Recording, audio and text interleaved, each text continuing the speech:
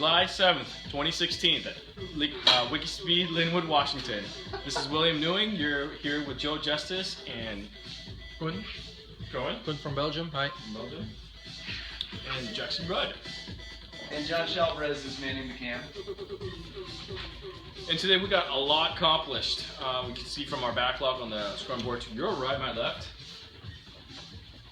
We mailed some items out, we emailed, we posted, we worked on also our front plate, which should be in the done pile from the doing. Front pedal plate for Chris Wallace.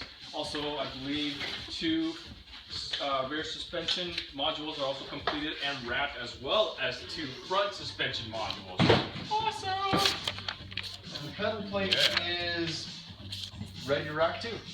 In fact, you can see the pedal plate here. So Chris Wallace, here is your pedal plate and the beautiful cutouts that you saw done also for Hubert Smith's. So we'll sign that in a moment because you're welcome.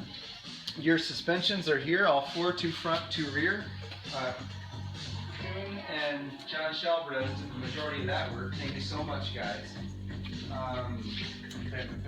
That involved putting the brake pads in with brake pad greasing agent, bolting the calipers, seating the rotors. There's another step in there too, but at least that much. That all happened. The clearance of the washers, double checking those. I think they mentioned that there was about 7 on top and about 2 or 3 in the middle, which was great deduction investigative work since some of the calipers were either sticking or needed some more clearance. And in this brake cable, there are 2 bolts, and you have to remove one of them in order to fit it onto the plate. Yes, that's actually what we also recommend to other Wikispeed members, others in the world. Removing one of the bolts would help, and checking how many washers that you'll need, or have plenty of washers to use from. We actually bought some to restock to make sure we could fill that. Okay, yeah, that's the big aluminum items that got done today, and cutting on your pedal plate, Chris Wallace, because you're one of the people in the audience. Thank you, sir. Kuhn did some of it, so you have some cutting courtesy of Belgium. All of Belgium aligned to make this happen. And William did some, and I did a little bit, so you're welcome. And Jackson, can you do any demo of what's known as the current state of the autonomous awesome for the steering rack? Sure, maybe. Let's see if it's rigged up.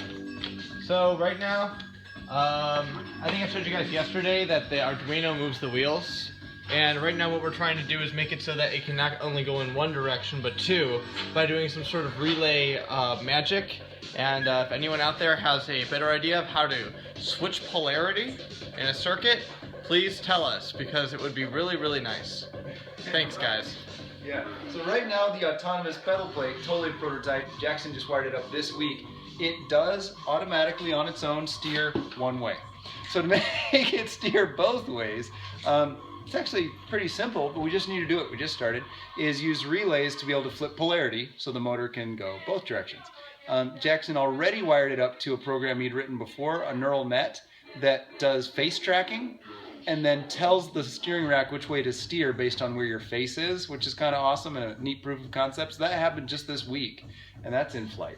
Now, for Chris Wallace and Hubert Smith, who both just got pedal plate version V9, thanks for purchasing it from our store, that is compatible with the autonomous prototype that's happening now. We're doing it on pedal plate V9. So whenever this is in a beta that you're ready to try, or when it actually goes to release, it's compatible with the pedal plate you've ordered. And that's true as we keep updating the version of everything in our web store. Thanks, folks. I think that's what we rocked to done on July 7th, 2016, here in Linwood, Washington in the United States. Done.